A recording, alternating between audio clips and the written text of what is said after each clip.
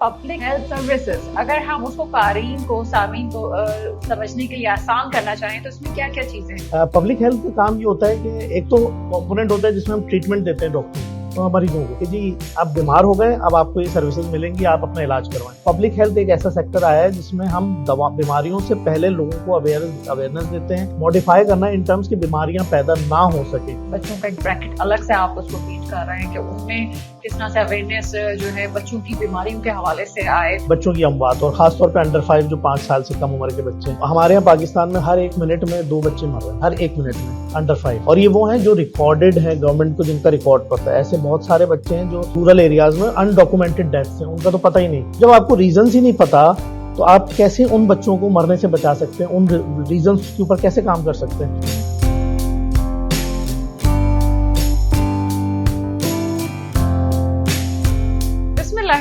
The hidden truth के साथ मैं डॉक्टर सनौरी आपके साथ मौजूद हूँ। और अक्सर लोग ये कहते हैं कि पाकिस्तान में इतने मसाइल हैं लेकिन पाकिस्तान फिर भी अल्हम्दुलिल्लाह जारी और सारी उसका सफर, अल्लाह ताला मजीद तरक्की अता फरमाए मेरे मुल्क को। इसके पीछे क्या वजूहात हैं? वजूहात कुछ ऐसी भी हैं कि यहाँ पे कुछ ऐसे लोग बसते हैं कि जिनके दिल में ये दर्द है कि किस तरह से फलाह और बहबूद का काम किया जाए। बहुत से ऐसे नाम हैं जो आपको जगह जगह नजर आते हैं लेकिन छुपे हुए हैं। द हिडन ट्रुथ में आज उसी का जिक्र करेंगे। मेरे साथ आज मौजूद हैं डॉक्टर बिलाल सिद्दीकी साहब। आप पब्लिक हेल्थ सर्विसेज में होते हैं और आपकी जितनी खदमात हैं उसको यहाँ इंट्रोडक्टरी पार्ट में तो बयान करना मुश्किल है, लेकिन पहले मिलते हैं डॉक्टर साहब से। सर, प्रोग्राम में आपको वेलकम करते हैं। बहुत शुक्रिया। अस्सलाम वालेकुम। बहुत शुक्रिया सर, आप अपने कीमती वक्त में हमारे साथ आए और आपने मौका दिया कि कुछ हमारे साथ कारी के साथ शेयर कर सकें। सर, हम जब कहते हैं कि बहुत सारे ऐसे आपके काम हैं, आपने इतना कुछ किया है, जब मेरे सामने आपकी प्रोफाइल आई तो मेरे लिए सेलेक्ट करना मुश्किल था कि मैं क्या क्या उसमें से चुनूं और क्या बात करूं। सबसे पहले हम ये कहते हैं कि आपने जो है पब्लिक हेल्थ सर्विसेज, अगर हम उसको कारीन को सामीन को समझने के लिए आसान करना चाहें तो इसमें क्या क्या चीजें सामने आती हैं? देखिए, बहुत अच्छा सवाल है आपका डॉक्टर साहब। पब्लिक हेल्थ का काम ये होता है कि एक तो कंपोनेंट होता है जिसमें हम ट्रीटमेंट देते हैं डॉक्टरों मरीजों को कि जी आप बीमार हो गए, अब आपको ये सर्विसेज मिलेंगी, आप अपना इलाज करवाएं। अब over the period of time last 10-15 years में पब्लिक हेल्थ एक ऐसा सेक्टर आया है जिसमें हम बीमारियों से पहले लोगों को अवेयरनेस देते हैं। वो अपने हेल्थ सिस्टम यानी अस्पताल और जितनी भी सर्विसेज जो मरीजों को मिलती हैं हमारे हेल्थ सिस्टम में, वो उनको इस्टेब्लिश करना है और उनको मॉडिफाई करना है इन टर्म्स की बीमारियां पैदा ना हो सके। आवाम को भी इंगेज करना है, मुख्तलिफ पीरियोडिकल्स और मुख्तलिफ ऐसे काम करना है जिससे बीमारियां के होने से पहले हम उनका तदारुक कर सकें। तो ये पब्लिक हेल्थ कॉम्पोनेंट है। अब इस पब्लिक हेल्थ कॉम्पोनेंट में बहुत सारे फर्दर कॉम्पोनेंट्स होते हैं, जैसे कि हम हेल्थ सिस्टम स्ट्रेंथनिंग हो गया, फिर अस्पतालों में ऐसी मॉडिफिकेशंस करना कि वो बेस्ड ऑन सर्टेन कैलकुलेशंस बीमारियों को होने से पहले हम प्रिडिक्ट कर सकें कि कोई एपिडेमिक आने वाली है, कोई ऐसी बड़ी बीमारी जैसे कोविड आया था, तो उसके लिए तैयारियां कर सकें। तो उसके लिए हम ये सिर्फ कहने में बड़ी छोटी सी बात आपने कह दी, लेकिन कितना रिसर्च वर्क है इसके पीछे, किस तरह से ये मैनेज होता है कि रिसर्च वर्क आप लोगों का? देखें, दुनिया भर में ऑनलाइन डेटाबेसेस, फिजिकल डेटाबेसेस मौजूद हैं जिसमें रिसर्च एविडेंसेस मौजूद है। नाइजीरिया में, रशिया में मुख्तलिफ जगह स्टडीज हुई होंगी और होती रहती हैं, तो वहाँ की एविडेंसेस लेना, उन्होंने अपने अस्पतालों में कैसे क्या मॉडिफिकेशन की कि जी फॉर एग्जांपल मीजल्स को किस तरह उन्होंने बेहतर बनाया और ख़त्म किया, पाकिस्तान में पोलियो की क्या वजूहात हैं, उन सबको based on those research evidences हम हेल्थ सिस्टम की पॉलिसी बनाने में और फिर गवर्नमेंट को रिकमेंडेशन भेजते हैं। मुख्तलिफ रिसर्च जर्नल्स हमारे पास हैं जो हम उनके जरिए प्रमोट करते हैं एविडेंसेस। एविडेंस का मतलब ये है कि आम आवाम के लिए कि वो क्या रीजंस हैं और वो क्या ऐसी बयानियां है जिसको हम अगर प्रमोट करें तो बीमारियों का होना बच जाए और बीमार ना हो लोगों। अच्छा, जब हम ये तमाम बातें करते हैं और जब मैंने आपको प्रोफाइल में मौजूद कर रही थी तो स्पेशली बच्चों के हवाले से बात आ रही थी कि जी बच्चों का एक ब्रैकेट अलग से आप उसको फीड कर रहे हैं कि उनमें किस तरह से अवेयरनेस जो है बच्चों की बीमारियों के हवाले से आए, वो क्या चीज़ है उसको जरा बताइएगा। देखिए, मेरा जो खास तौर पे पर्टिकुलरली काम है वो चाइल्ड मोर्टेलिटी, बच्चों की अमवात और खासतौर पे अंडर 5 जो 5 साल से कम उम्र के बच्चे हैं। तो हमारे यहाँ पाकिस्तान में हर 1 मिनट में 2 बच्चे मर रहे हैं, हर 1 मिनट में अंडर 5।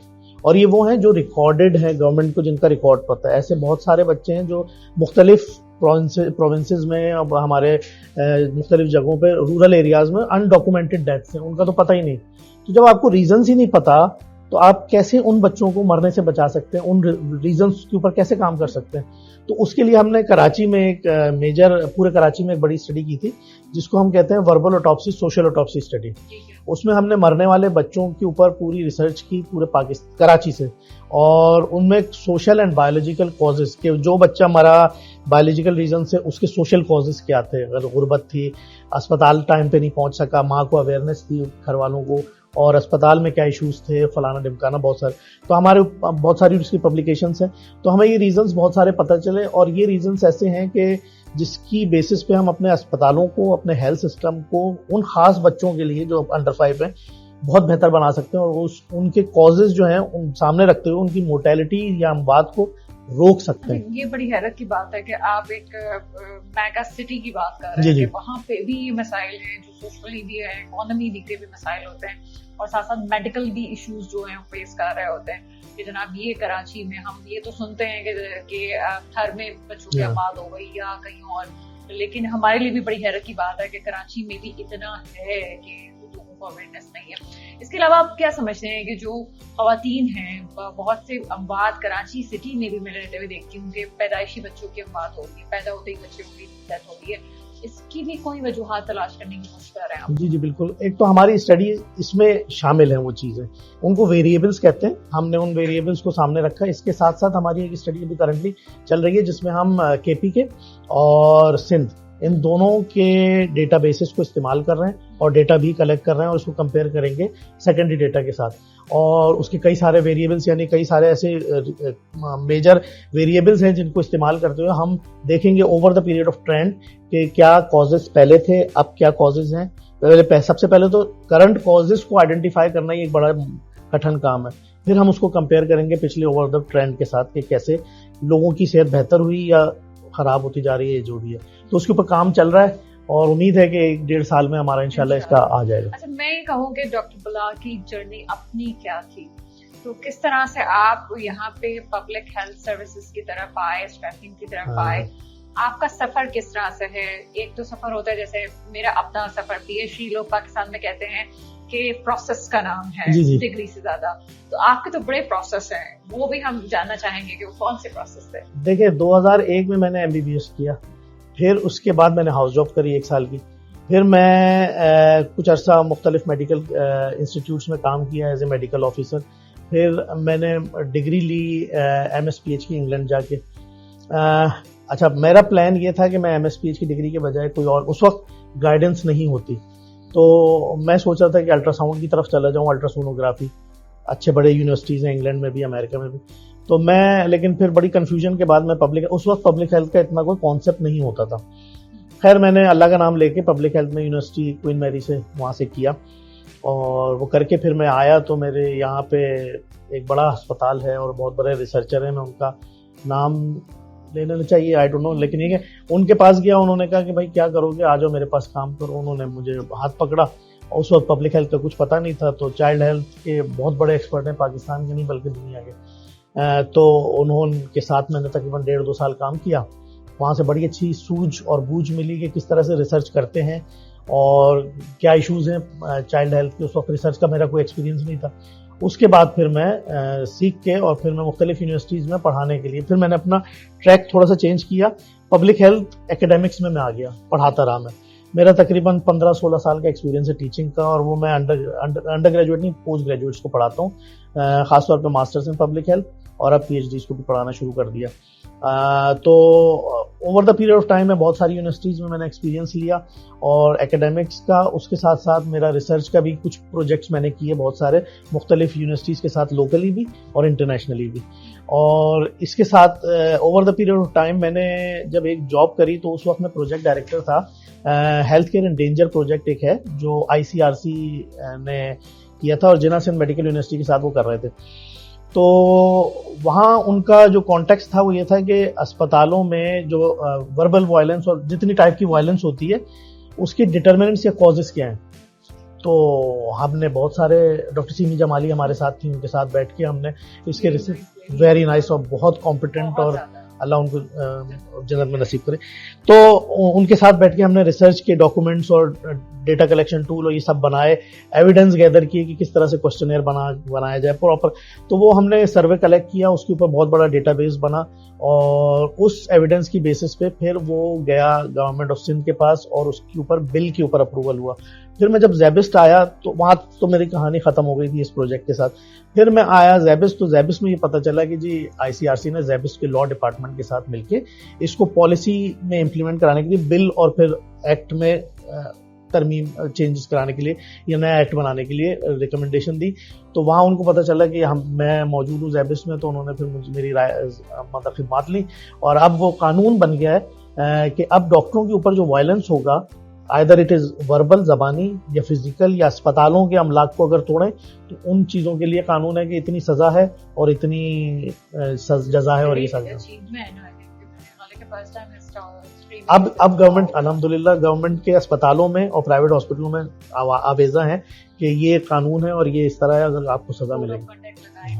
अच्छा, एक चीज आपने कही, क्योंकि वही बात है कि वो पीएचडी जो है वो खोज में लगता है। तो आपने कहा कि हेल्थ सेक्टर का, हेल्थ सर्विसेज का एकेडमिया में होना, तो क्या कोई इस लेवल पे कोर्सेज हैं या बाकायदा डिग्री की लेवल पे कहीं इसको पढ़ाया जा रहा है?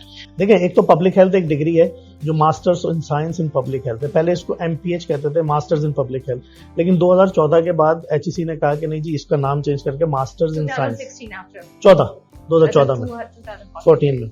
तो उसके बाद अब एमएससी पब्लिक हेल्थ कहलाया जाता है। पहले दुनिया भर में एमएससी कहते थे, लेकिन पाकिस्तान में एमपीएच कहते थे।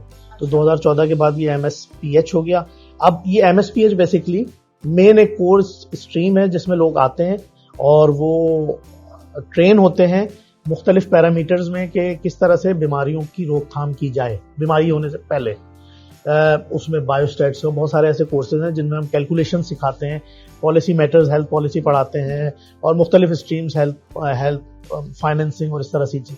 तो ये एक डिग्री है जो एचईसी से अप्रूव शुदा है और मुख्तलिफ यूनिवर्सिटीज़ पढ़ा रही हैं। इसके साथ साथ पब्लिक हेल्थ के, ग्लोबल हेल्थ एकेडमिक्स के मुख्तलिफ कोर्सेज हैं, लेकिन जो सबसे ज़्यादा जिसने अपनी एक रूट्स बनाई हैं वो masters in science in public health पे लोग आते हैं। और अभी तो गवर्नमेंट ऑफ सिंध ने भी इस चीज़ को पॉलिसी मैटर में बना दिया है कि वो डॉक्टर्स जो कि आगे जाके अपने आप को एडमिनिस्ट्रेटिव कैडर में प्रमोट करवाना चाहते हैं, डीएस या एमएस बनना चाहते हैं, उनको ये कोर्स करना पड़ेगा। डिग्री की तरह ये प्रॉपर एक डिग्री है आफ्टर एमबीबीएस। ठीक है, यानी कि ये एक अलग सेक्टर है जिसको आपको इस ब्रैकेट में जाना जरूरी है। अच्छा सर, ये तमाम चीजें तो अपनी जगह है, लेकिन गवर्नमेंट सपोर्ट आप जैसे लोगों के लिए किस हद तक है? आप भी काम कर रहे हैं, मैंने जैसे कहा कि और बहुत से लोग पाकिस्तान में काम कर रहे होंगे, लेकिन आपका एक अपना शोबा है, आपने खुद, मुझे लगता है कि अलग से इस पे जाके इंडिविजुअली बहुत काम किया। गवर्नमेंट कितनी सपोर्ट आपकी होती है या आप चाहते हैं कि होनी चाहिए? देखिए, गवर्नमेंट हर चीज में वो ही चीज देखती है कि ये ऑर्गेनाइजेशन कितनी स्ट्रांग और कॉम्पिटेंट है, और उनके यहाँ ऑब्वियसली एक पैरामीटर है जो मेरिट के हिसाब से देखता है और सारी चीजें, तो दे आर वर्किंग बेटर। और साइंस में तो खास तौर पे उन्होंने बहुत over the period of time improvement की है। जो चेंजेस होती है, देखिए बाहर के मुल्क में भी अगर कोई चेंज लानी होती है ना, तो वो पार्लियामेंट से और ये सब चीज़ों से अप्रूव होती है और उसके पीछे बैकग्राउंड में बहुत एक मेहनत और काविश होती है। तो और ये एक सिंगल तरीका नहीं है, वो कंटिन्यूसली होता रहता है, इंप्रूवमेंट आती रहती है। बड़ी यूनिवर्सिटीज़ भी वो अपने पॉलिसी मैटर्स में यूनिवर्सिटीज़ के वो चेंजेस लाती रहती हैं एज पर कि करंट ट्रेंड क्या चल रहा है, ग्राउंड रियलिटीज़ क्या है। तो इसी तरह साइंस की फील्ड में भी गवर्नमेंट ने बहुत सारी सपोर्ट की है हर पैरामीटर्स में। अब तो नए जो एंटरप्रेन्योर्स हैं उनके लिए भी आसानी पैदा हो गई है और नए बिजनेसेस खुल रहे हैं, और उससे ऑब्वियसली पाकिस्तान की इकोनॉमी को बड़ा फायदा हो रहा है। स्लोली एंड ग्रेजुअली नए एंटरप्रेन्योर्स, खासतौर पे पब्लिक हेल्थ में तो कोई भी नहीं है, बहुत कम लोग हैं। मैं पूछना चाह रही हूँ कि आप नौजवानों को भी सपोर्ट कर रहे हैं, आप लेके आ रहे हैं इस फील्ड के अंदर, तो एक तो नौजवानों की क्या अट्रैक्शन है और इस फील्ड में आगे क्या मौके हैं? देखिए, हमने तकरीबन 3 के करीब एक ऐसे प्लेटफॉर्म्स बनाए हैं over the period of time कि जिसमें एम्प्लॉयबिलिटी भी है और नॉलेज की डिसेमिनेशन भी है, ओपन एक्सेस। जब हम ओपन एक्सेस कहते हैं तो इसका मतलब ये होता है कि आवाम फ्री ऑफ कॉस्ट उस एविडेंस को पढ़े सादा अल्फाज में, क्योंकि रिसर्च जर्नल्स जो पब्लिश होते हैं वो स्टैटिस्टिकली और मुख्तलिफ ऐसे अल्फाज इस्तेमाल होते हैं उनकी पब्लिकेशन में कि आम डॉक्टर भी उसको पढ़ने से परेशान होता है कि उस स्टैटिस्टिकल टर्म्स, रिसर्च की ज़बान अलग होती है। तो हमने उसको लेमैन लैंग्वेज में करंट औकात वक्त के हिसाब से हमने चेंजेस लाई और as per the HEC policy, और हमने उसमें अपने जर्नल्स ऐसे इस्टेब्लिश किए हैं जो अब एचईसी में अल्हम्दुलिल्लाह इंडेक्स जर्नल है। तो ये हमारा काम है, और इसके साथ साथ एक तो ये प्लेटफॉर्म है। सर, आपकी रिसर्च जर्नल का फिर क्योंकि बात कहीं और चली जाएगी, तो क्या नाम है आपका, किस तरह सर्च किया जा सकता है? अच्छा, एक पब्लिशिंग एजेंसी है जो हमने स्टैब्लिश की थी, the house of quantum network. उसके अंडर में बुक्स भी हैं जो open access science and technology, engineering, mathematics वाले पढ़ सकते हैं, और वो अवेलेबल है। वो एक नॉमिनल चार्जेस है, ऐसे चार्जेस हैं जो एक आम आदमी ट्रैवल करने के लिए जितना खर्चा देता है उतने की किताब होती है। चक्कर ये कि हमने किताबों की प्राइस इसलिए रखी है कि अगर हम फ्री रखते हैं ना तो लोग नहीं आते। एक ट्रेंड है पाकिस्तान में, तो हमने एक प्राइस रखी कि लोग खरीदेंगे तो पढ़ेंगे, और उसकी अल्हम्दुलिल्लाह बहुत अच्छी। अच्छा, ये ऑनलाइन अवेलेबल है? और सारी ऑनलाइन है, फिजिकल भी आप रिक्वेस्ट कर सकते हैं, हम आपके घर पर पहुंचवा देंगे। दूसरा कंपोनेंट हाउस ऑफ क्वांटम का है रिसर्च जर्नल्स का। उसमें हमने 2-3 जर्नल्स अभी शुरू किए हैं। पहला जर्नल जो है वो इंडेक्स हो गया है एचईसी से, journal of women and child health. ये खास तौर पे विमेन, औरतों और बच्चों के जो कॉजेज हैं, चाहे वो पब्लिक हेल्थ के हों, चाहे सर्जिकल या बीमारियों से रिलेटेड, सब पब्लिश होते हैं। उनकी जांच पड़ताल होती है, रिव्यू होता है, और सारी चीजें होने के बाद सोशल साइंसेज वाले भी इसमें पब्लिश करवा सकते हैं, और एमबीबीएस जो है वो अपनी जो रिसर्च कर रहे हैं, एमएस पे जा रहे हैं, वो भी करवा सकते हैं। सोशल साइंस आवाम के लिए मैं बता दूं कि सोशल साइंस वाले वो होते हैं जो सोशल इश्यूज के ऊपर इस कॉन्टेक्स्ट में विमेन एंड चाइल्ड हेल्थ के रिसर्च करते हैं, और जो डॉक्टर्स हैं या पब्लिक हेल्थ है वो पब्लिक हेल्थ एस्पेक्ट से रिसर्च करते हैं विमेन एंड चाइल्ड हेल्थ पे। तो सबके लिए ओपन है, आपने दोनों के लिए हमने खोला। वो नहीं होता है कि आर्ट्स के सब्जेक्ट्स में और साइंस सब्जेक्ट्स में फर्क होता है, लेकिन आपका जो है ये पहली दफा यूनिक है कि आपने कहा कि जनाब ये सोशल साइंसेज वाले भी दे दें और मेडिकल वाले भी दे दें, ताकि अवेयरनेस हमारा आपका इशू है, आपका मेन गोल जो है अवेयरनेस है, उस तरह से करें। सर, एक और जर्नल की आप बता। वो अभी शुरू होने वाला है, तो उसके लिए अभी हम कंफर्म नहीं है अभी कि वो कब शुरू होगा, लेकिन मोस्ट लाइकली नेक्स्ट मंथ से 1-2 महीने से हम शुरू करेंगे। क्या सोचा है? उसको ओपन हम मेडिकल बैकग्राउंड के जो डॉक्टर्स हैं उनके लिए खोला है, ताकि सारे डॉक्टर्स जो हैं वो अपनी पर्टिकुलर फील्ड के हिसाब से भेज सकें, और वो ओपन होगा whether it is medicine, surgery, gynae, of, CNT, पीड्स, सबके लिए ओपन है। तो उसके लिए ये होता है कि एक ऐसा जर्नल होना चाहिए जो कि डॉक्टर। अच्छा, मेन फोटे हमारा जो मैं बताना चाहूंगा कि एक जो जर्नल में सबमिट करते हैं और सबमिट कर देते हैं एक आर्टिकल को, तो उसमें टाइम लगता है सबमिशन के बाद तकरीबन 6-7 महीने, 8 महीने, और फीस भी ले लेते हैं।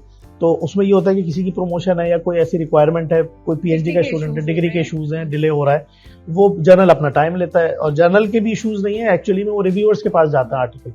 तो हमने ये कहा है कि हम विद इन 72 आवर्स आपको एक्सेप्ट या रिजेक्ट का डिसीजन दे देंगे, और कोशिश ये करेंगे कि 20 वीक्स में आपका जर्नल में पब्लिश हो जाए पेपर, अगर पब्लिशेबल है तो बस उनसे गुजारिश ये है कि वो अपने रिसर्च के जो पोर्टल है जिस पे सबमिट किया है उसको बार बार देखते रहें। रिक्वायरमेंट है कि पोर्टल में जाना है, वहां पे सबमिट करना है। सर, कितने महीने का ये मंथली है आपका, क्वार्टरली आता है? हमारा क्वार्टरली हर 3 महीने के बाद एक इशू निकलता है। तो अभी आप कंटिन्यू चल रहा है। बड़ा मुश्किल काम है, जो समझ सकता है रिसर्च को उसको अंदाजा है कि बड़ा मुश्किल काम है।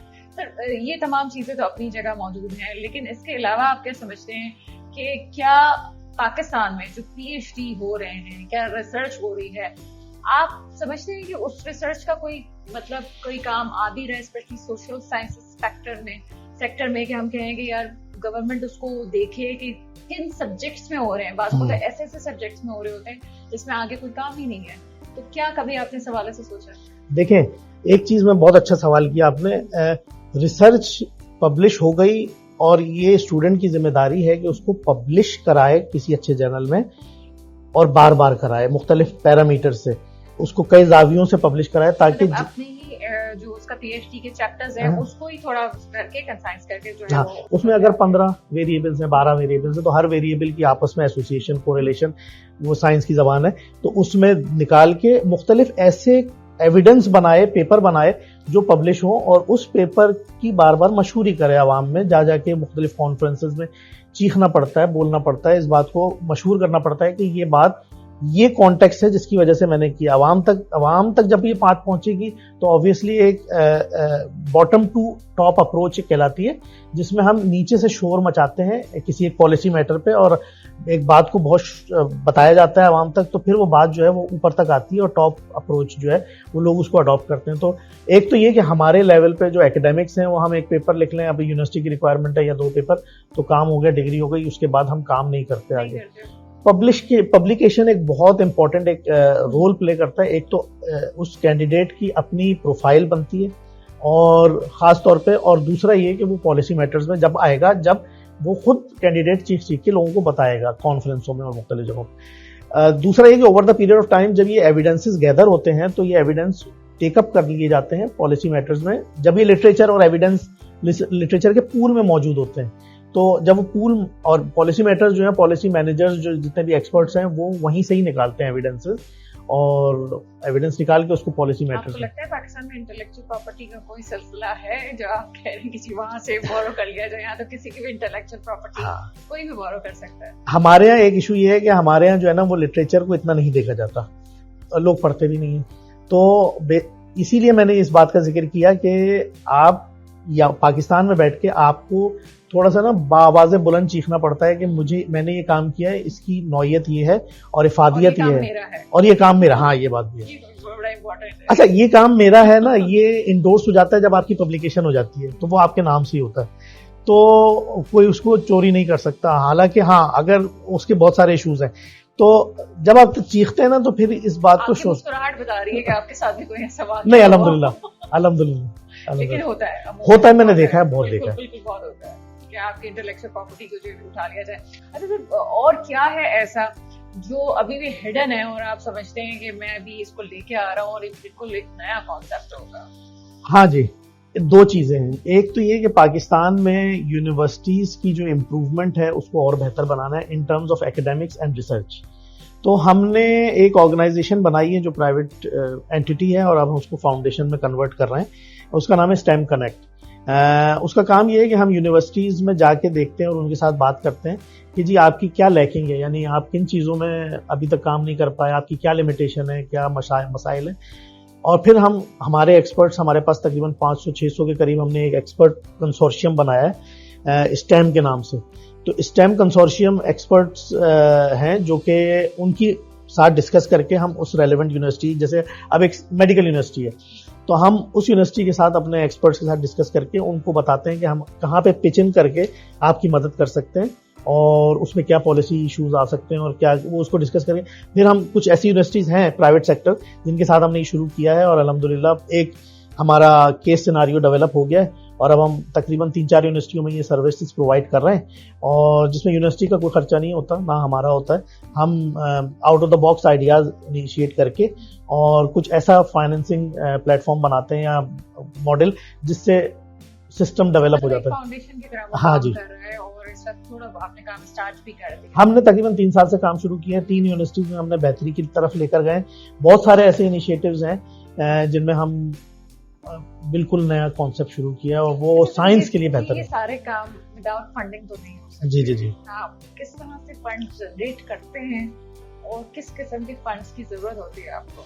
हमें फिलैंथ्रोपिस्ट बहुत सारी सपोर्ट करते हैं, बहुत सारे ऐसे स्पॉन्सर्स हैं जो करंटली, क्योंकि हम डेवलपिंग फेज में, बल्कि अब एक्चुअली कहा जाए तो हम डेवलपिंग फेज से निकल गए, अब हम इम्प्लीमेंटेशनल फेज के दूसरे मरहले में हैं।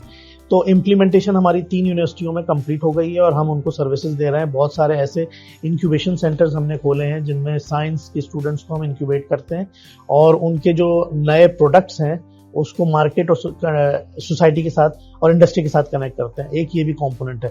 तो हमारे तकरीबन 3-4 ऐसे वेंचर्स इस्टेब्लिश हो गए हैं जिनकी अपनी प्रोडक्ट्स जो हैं वो पेटेंट हो गए हैं और उनको ये पेटेंट सी भी बहुत एक लंबा प्रोसेस है, तो पेटेंट करवाना, तो इसको कराया हमने। फिर उसके बाद हमने बहुत सारे ऐसे वर्कशॉप सीरीज हैं जो यूनिवर्सिटीज, जिससे फ़ायदा हुआ यूनिवर्सिटीज़ को और उनकी रिसर्च की प्रोफाइल HEC में काफ़ी बढ़ी है और इंटरनेशनल यूनिवर्सिटीज़ की जो QS रैंकिंग होती है यूनिवर्सिटीज़ की, उनकी रैंकिंग में वो थोड़े से ऊपर आए हैं। तो over the period of time ये टाइम लगता है इस चीज़ों में, लेकिन ये एक ऐसा इनिशिएटिव है जिससे हमारी academics, science, technology, engineering and mathematics, इन तीनों में। अभी जो मेरा क्वेश्चन है उसमें मैं वापस आती हूँ जो फंडिंग के हवाले से, प्राइवेट जो यूनिवर्सिटीज हैं उनकी तरफ से आपको सपोर्ट रही है और इसके अलावा मजीद यूनिवर्सिटीज भी आपके साथ जो है वो अगर आना चाहें तो आ सकती हैं। उससे फायदा सब जगह होता है। एक तरफ तो पब्लिक की अवेयरनेस बहुत ज्यादा हो जाती है, दूसरा कि यूनिवर्सिटी लेवल पे भी जो है उनको भी फायदा होता है। अच्छा, यूनिवर्सिटी से हम फंडिंग नहीं लेते, हमें प्राइवेट फिलैंथ्रोपिस्ट या स्पॉन्सर जो प्राइवेट हैं वो हमें, जिनका एरिया ऑफ इंटरेस्ट वही है जो हमारा है, वो हमें सपोर्ट करते हैं फाइनेंशियली, और उसकी पूरी ऑडिट होती है हमारी कंपनी की और सारी चीज़ें हर एक्टिविटी की।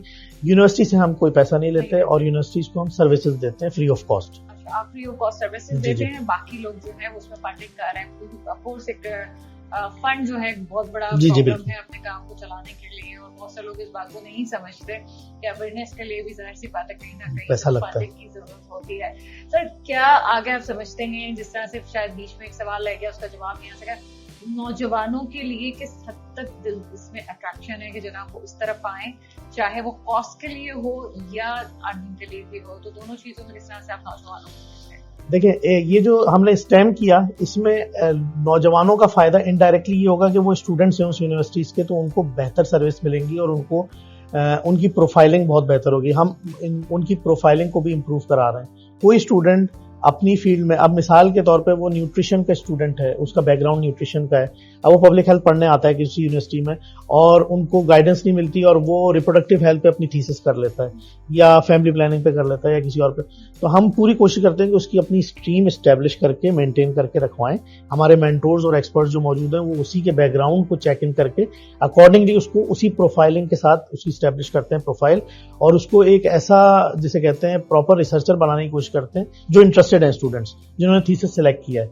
बहुत सारे स्टूडेंट्स कोर्स लेके भी एग्जिट कर जाते हैं डिग्री प्रोग्राम में, तो हम उनकी थीसिस को उसी पैराडाइम में एस्टेब्लिश करते हैं और उनको एक ऐसा एक ऐसा पोस्ट कैंडिडेट बनाते हैं, post academic post degree candidate, कि जिसमें उसकी अपनी जो बैकग्राउंड है ना उसके हिसाब से उसकी स्ट्रीम बन जाए, तो वो एक्सपर्ट कहलाएगा अपनी ही फील्ड में, उसकी न्यूट्रिशन से रिलेटेड ही हो। तो ऐसे बहुत सारे ऐसे आइडियाज और हमने उनको बहुत टैकल किया। पर्सनल मेंटोरिंग भी करते हैं आप, पर्सनल लोगों से बात करते हैं, या आपने स्टूडेंट से कहा है कि आइए मैं आपको बताऊं कि किस तरह से चीजें हैं, तो आपसे किस तरह से लोग राब्ता कर रहे हैं? देखिए, मैं तो अवेलेबल होता हूँ और मेरे एक अल्हम्दुलिल्लाह फॉलोइंग बहुत है, तो लोग मुझसे राब्ते में रहते हैं, मेरे पहले वाले स्टूडेंट्स भी और अब जहाँ मैं पढ़ाता हूँ मुख्तलिफ यूनिवर्सिटीज़ में एज ए विजिटिंग फैकल्टी, तो वो मुझे फॉलो करते हैं और हर एक को कहीं ना कहीं रिसर्च, तो बहुत सारे ऐसे प्रोजेक्ट हैं जिनमें इनडायरेक्टली मैं उनको सुपरवाइज कर रहा होता हूँ और गाइडेंस दे रहा होता हूँ, मेंटोरशिप। इसके साथ हमने एक मेंटोरशिप प्रोग्राम भी रखा है जिसमें हमने कनेक्ट किया है वो 500-600 लोग जो हमारे एक्सपर्ट्स हैं उनको एज ए मेंटोर रखा है, और जिसको जो मेंटोरिंग चाहिए, जिस स्टूडेंट को, जिस यूनिवर्सिटी को, हम वो प्रोवाइड करते हैं। और मेंटोर्स की एक बहुत बड़ी हमारे पास कंसोर्शियम है जो प्रोवाइड करती है सर्विसेज। चूंकि प्रोग्राम अपने आखिरी मराहिल में है, तो मैं आपसे पूछना चाहूंगी कि आगे क्या आपकी प्लानिंग्स हैं, कितना आप समझते हैं कि जितना आप करना चाहते थे उसका कितना % काम आप कर चुके हैं और कितना बाकी है? मैडम, ये तो बहुत बड़ी बात आपने कर दी। अभी एक्चुअली में जो मैंने किया ना वो सिर्फ एक बहुत छोटा सा एक कंपोनेंट है जो मैंने किया, और उसमें भी अभी मैं कामयाब जिसे कहेंगे, मतलब अल्हम्दुलिल्लाह लोग सपोर्ट कर रहे हैं और यूनिवर्सिटीज बहुत जिसे कहते हैं अट्रैक्ट हो रही हैं और इन चीज़ों पे, लेकिन काम बहुत ज़्यादा है और बहुत इम्प्रूवमेंट की ज़रूरत है। अच्छा, इम्प्रूवमेंट हमारी गवर्नमेंट तो कर रही है बहुत ज़्यादा, लेकिन जो ऑन ग्राउंड हम लोग जो एकेडमिशियन और रिसर्चर हैं, हमारा ये काम बनता है कि हम रियलिटीज़ को सामने लेकर आएँ और जो लैकिंग है उसको मतलब उसकी याद दहानी गवर्नमेंट को दिलाएं और उनके लिए सिस्टम ऐसे स्टैब्लिश करें ताकि वो उसको सपोर्ट, तो अल्हम्दुलिल्लाह सपोर्ट तो है। करंट गवर्नमेंट अल्हम्दुलिल्लाह हमारे साथ बहुत अच्छी सपोर्टिव है। ऐसे इनिशिएटिव बहुत सारे हैं जिसमें नए एंटरप्रेन्योर्स को खासतौर पर पब्लिक हेल्थ के लिए आसान करके हम यूं भी बयान कर सकते हैं कि लोग मसला तो बता देते हैं, हल नहीं बताते। तो आप हल भी बता रहे हैं उसका। हम मसला आइडेंटिफाई करके हल निकाल के और हल बना के पेश कर देते हैं, और फिर उसके बाद उसमें एम्प्लॉयबिलिटी भी है कि जो PhDs और पब्लिक हेल्थ के एक्सपर्ट्स हैं वो अगर जॉब करना चाहें तो हम एम्प्लॉयबिलिटी भी क्रिएट कर रहे हैं, उसके अंदर ही जनरेट हो रहा है, जॉबें निकल रही हैं, लोग आ रहे हैं, whether it is AI, whether it is आप क्लिनिकल लोग, वेदर इट इज एकेडमिशियन, सबकी पोस्टें आती हैं, हम पोस्ट करते रहते हैं और अल्हम्दुलिल्लाह हमारे पास एक बहुत बड़ी टीम डेवलप हो गई है। तो ये सारी हमें बहुत सपोर्ट मिली है। अच्छा सर, अभी हम रिसेंट देख रहे थे कि मोराल लोगों का थोड़ा सा जो पॉलिटिकल इंस्टेबिलिटी कुछ अरसे हमने देखी पाकिस्तान में, उसके बाद अचानक से इंडिया के साथ हमारे तनाव हुआ और पाकिस्तान में एक अजीब से एक लहर दौर पर दौड़ी है। नौजवान बड़े सेटिस्फाइड हैं और हम देखते हैं कि यहाँ पे पॉलिटिकल स्टेबिलिटी की तरफ भी हम जा रहे हैं। एक मार्का हुआ और उस मार्के में पाकिस्तान को फतह हासिल हुई। छोटी सी जंग का दौरानिया था। आपके अपने क्या जज्बात हैं? देखिए, पाकिस्तान ने बहुत अच्छे तरीके से उसको कॉम्बैट किया। ये एक इशू है बहुत बड़ा जिसमें हम कई सालों से फंसे हुए हैं और ये कश्मीर का और बहुत सारे मसाइल और उसके साथ और भी ममालिक के साथ मसाइल over the period time develop हुए। तो हमारी जो करंट फौज है, खासतौर पे एयरफोर्स और नेवल और तीनों ने अल्हम्दुलिल्लाह, मैं तो यही देखता हूँ कि उन्होंने जिस तरह से इस चीज से निकले हैं ना, वो कमेंडेबल है।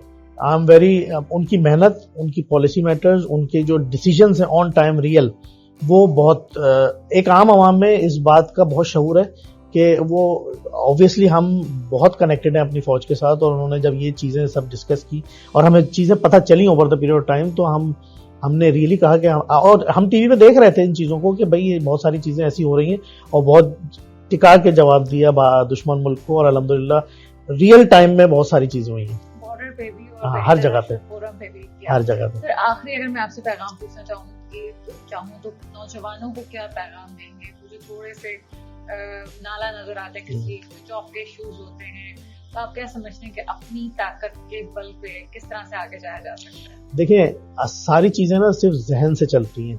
हर चीज का इस दुनिया में ना हल मौजूद है। अक्सर लोग ना मायूस हो जाते हैं कि ये काम मुझे तो नहीं नजर आ रहा कि इसका हल क्या होगा। उसी दिमाग की कामयाबी है वो, अगर वो हल अपने इर्द गिर्द आपके घूम रहे होते हैं, उसका हल वो दिमाग ही बेहतर होता है जो उसका हल ढूंढे अपने इर्द गिर्द और वो निकाले इसका रीजन या सॉल्यूशन। तो अपने जहन को हाजिर और नाजिर रख के लोगों ने डिसाइड करना है। हम जल्दी मायूस हो जाते हैं, हम वो कौम है, लेकिन हमने ही खुद डिसाइड करना है, कोई दूसरा नहीं करेगा। तो सोचते रहें और चीजें हल करते रहें, इंशाल्लाह हल जरूर निकलता है। और कंसिस्टेंट एक चीज है कंसिस्टेंसी, जो मुझे जिसमें बड़ा फायदा हुआ। जो काम सुबह करना है वो करना है। नहीं ऐसा सबूत है कि आपने हिम्मत नहीं छोड़ी और आप आगे बढ़ते रहे। मैं पिछले 5 साल से इन प्रोडक्ट्स और प्लेटफॉर्म्स में कर रहा हूँ। तो ये है, ये तमाम चीजें तो हमारी होगी, रिसर्च वर्क है, कनेक्टिविटी है, लेकिन एक कनेक्टिविटी एंड यूजर के उस पे भी आती है। उस एंड यूजर के हवाले से क्या किया गया है? जब हम कहते हैं कि जी फौरी तौर पे कोई मरीज है, कोई राब्ता करना चाहता है डॉक्टर से, तो या फिर जो है वो प्रिस्क्रिप्शन दिखाना चाहता है, कोई हल ढूंढा है आपने इस हवाले से? देखिए, इस पे ना एग्जिस्टिंग बहुत सारे ऐसे प्लेटफॉर्म्स हैं, क्योंकि मरीज जब परेशान होता है ना, अब खास तौर पे वो मरीज जो दूर दराज इलाकों में बहुत दूर रहते हैं, और क्योंकि हमारे पास जो अच्छे अस्पताल जो बड़े हैं, जो प्राइवेट हैं, खास तौर पे गवर्नमेंट, एक मसला ये है कि हमारे यहाँ गवर्नमेंट के अस्पतालों को इतनी ट्रस्ट की नज़र से नहीं देखा जाता एंड यूजर की तरफ से। तो वो प्राइवेट अस्पताल पैसे दे देंगे और प्राइवेट अस्पताल में जाके ट्रीटमेंट कराएंगे। तो वो प्राइवेट अस्पताल जो हैं, अच्छे जो नामी गिरामी डॉक्टर्स हैं और अस्पताल हैं, वो बड़े शहरों में पाए जाते हैं, कराची, इस्लामाबाद, पेशावर, क्वेटा, ऐसे शहरों में।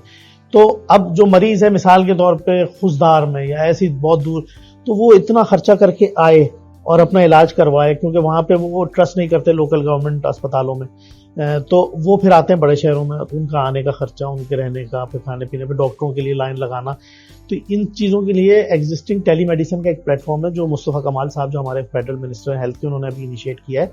इससे पहले प्राइवेट कंपनीज बहुत सारे ऐसा काम कर रही थी, तो हमने उसको एक और प्लेटफॉर्म है एस्टेब्लिश किया इलाज के नाम से। इलाज में ये है कि वो मरीज जो दूर दराज रहते हैं, और आजकल इवन विद इन कराची आपके पास टाइम नहीं होता मरीजों के पास कि वो अस्पताल जाएं, फिर ट्रैवल करके जाएं इतने ट्रैफिक में, और फिर डॉक्टरों के लिए वेटिंग और एडमिनिस्ट्रेटिव डिलेज, और ये फिर अस्पतालों में इवन कभी कोई प्रिस्क्रिप्शन दिखाने भी अगर डॉक्टर के पास जाना होता है तो आपको एक लाइन लगा के ट्रैवल करना होता है। तो उसके लिए हमने टेलीमेडिसिन का एक प्लेटफॉर्म इस्टेब्लिश किया है जो कि बहुत अच्छा इस्टेब्लिश हो गया है। खासतौर पे देखा जाता है कि आवाम में ना इसकी पजीराई इतनी नहीं होती, लोग परेशान रहते हैं कि ये हम ऑनलाइन कैसे करेंगे। तो हमने इसमें बहुत सारे ऐसे out of the box models बनाए हैं, जिसमें हमें शुरू में बड़ी परेशानी हुई कि हम ट्रस्ट बिल्ड नहीं कर पा रहे थे, क्योंकि एग्जिस्टिंग कंपनीज भी ट्रस्ट इतनी नहीं होता, तो उनकी ज़्यादातर अर्निंग जो होती है वो कॉर्पोरेट क्लाइंट से होती है। तो हमने कहा हम कॉर्पोरेट क्लाइंट पे इतना नहीं जाएंगे, हम लोगों में ट्रस्ट बिल्डअप करेंगे। हमारी बहुत बड़ी 3 साल से कैंपेन चल रही थी, तो अल्हम्दुलिल्लाह तकरीबन डिस्टेंट एरिया जो रूरल हैं वहाँ पे हमने बहुत अच्छा ट्रस्ट डेवलप किया। पहले हमारे पास दिन में 1 या 2 मरीज आते थे ऑनलाइन, घर पे बैठ के, डॉक्टर अपने घर में बैठा है, मरीज अपने घर में बैठा है और ऑनलाइन कर रहे हैं। फिर हमने इनिशियली हमने व्हाट्सएप से किया और सबसे किया, लेकिन अब इंटरनेशनल गाइडलाइन के हिसाब से हिपा कंप्लायंस होती है, एक अमेरिका की यूएस बेस्ड पॉलिसी है, तो उसके हिसाब से हमने उसको अपने सिस्टम को स्टैब्लिश करके अब हमें तकरीबन दिन में तकरीबन 400-500 मरीज आते हैं, और हर स्पेशलिटी के, वेदर इट्स गायनेकोलॉजी। मैं और ज्यादा थोड़ा सा आसान करना चाहूंगी कि अगर कोई आपको तलाश करना चाहते हैं आप इस प्लेटफॉर्म को, तो सिर्फ गूगल पे इलाज लिख सकते हैं, ilajonline.com, ilajonline.com, तो फौरी तौर पे वहाँ पे जाके जो है अपना मसला बता सकता है, डॉक्टर से स्पेसिफिक जो उसका कंसल्टेंट है उससे बात कर सकता जी है। बिल्कुल। अच्छा, इसमें भी कोई फीस वगैरह आप लोग चार्ज? वो डॉक्टर की अपनी फीस होती है। मिसाल के तौर पे जो फीस वो देने जा रहे होते हैं उस डॉक्टर को फिजिकली जाके जाती उससे कम है बल्कि, और 3 मिनट के अंदर अंदर आपकी अपॉइंटमेंट बुक हो जाती है। ऑनलाइन फोन आप करेंगे या हमारी वेबसाइट पे डेडिकेटेड नंबर्स मौजूद हैं, आप उनको कॉल करें, वो आपकी अपॉइंटमेंट बुक करेंगे, आपके टाइम और डॉक्टर के टाइम को मैच करके अवेलेबिलिटी को, बुकिंग को इंश्योर करेंगे, कंफर्म करेंगे, और आपके मोबाइल पे मैसेज आएगा। फिर हमारे पास एक सॉफ्टवेयर पूरा मौजूद है एम्बेडेड, जिसमें आपकी अपॉइंटमेंट, आपका रिकॉर्ड सारा अब वो मरीज अगर पिछले 5 साल से हमारे साथ है तो उसका एक पूरा रिकॉर्ड हमारे पास मौजूद है, और उस रिकॉर्ड के हिसाब से हम उनको रिकमेंडेशंस, रिमाइंडर्स, टेस्ट हमारे लिए बहुत आसान कर दिया। डॉक्टर के भी जो हॉस्पिटल के एक्सपेंस है वो भी बच जाते हैं। ऑफकोर्स हम समझते हैं कि डॉक्टर्स के हवाले से बड़ा नेगेटिव इम्पैक्ट होता है, लेकिन वो बेचारे खुद भी बहुत सारे मामलों में मजबूर होते हैं। इसी तरह से जो पेशेंट है उसके आने जाने का खर्चा भी बच जाएगा, और बहुत सारी चीजें जो रिकमेंड कर सकते हैं वो ऑनलाइन ही हो सकता है। अच्छा सर, जैसा कि मैंने आपसे सवाल पूछा कि पहले इसका रुझान नहीं था कि इस सेक्टर में भी कोई डिग्री होती है, लेकिन फिर हमने देखा कि कुछ यूनिवर्सिटीज में स्पेशल एजुकेशन की तरफ जाया जाने लगा, और अब आपने मुझे जैसे बताया कि 2014 में इसका रुझान आया कि जनाब इसमें डिग्री होगी। तो कौन कौन सी यूनिवर्सिटीज हैं जिसको जहाँ पे कोर्सेज करवाए जा रहे हैं या डिग्री दी जा रही है? अच्छा, 2014 से पहले ये डिग्री होती थी हमारे, उसको MPH कहते थे, फिर उसके बाद MSPH कहलाया। अब over the period of time इसका एक ट्रेंड बन गया है, क्योंकि गवर्नमेंट ऑफ सिंध में भी एडमिनिस्ट्रेटिव कैडर डेवलप हुआ है, तो लोग उसकी तरफ जाते हैं जॉब के लिए, तो उसके लिए डिग्री रिक्वायरमेंट है।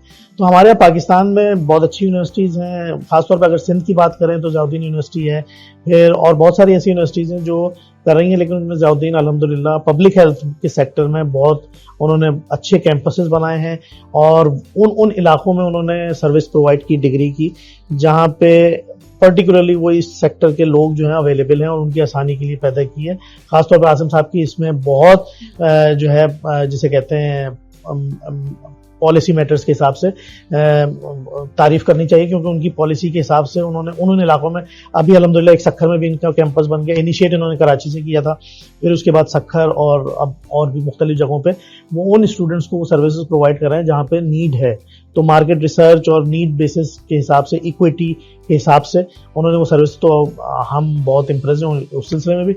और बहुत सारी ऐसी यूनिवर्सिटीज़ हैं जो दे रही हैं, लेकिन खासतौर पर सिंध में ज़ियाउद्दीन इस वक्त पब्लिक हेल्थ सेक्टर में जो डिग्री दे रही है MSPH, वो बहुत उसकी तारीफ करना जरूर बनता है। बहुत शुक्रिया आपका, आप हमारे साथ मौजूद थे, और ऐसी शख्सियत से मिलना बहुत अच्छा लगता है जो वाकई सोचते हैं, दर्दे दिल लगते हैं, और साथ ही साथ ये कि एक वो गोशा भी कि नौजवान नस्ल को आगे कैसे लेके जाना चाहिए। सर, आप हमारे चैनल पे आए और एक और दफा आपका बहुत शुक्रिया।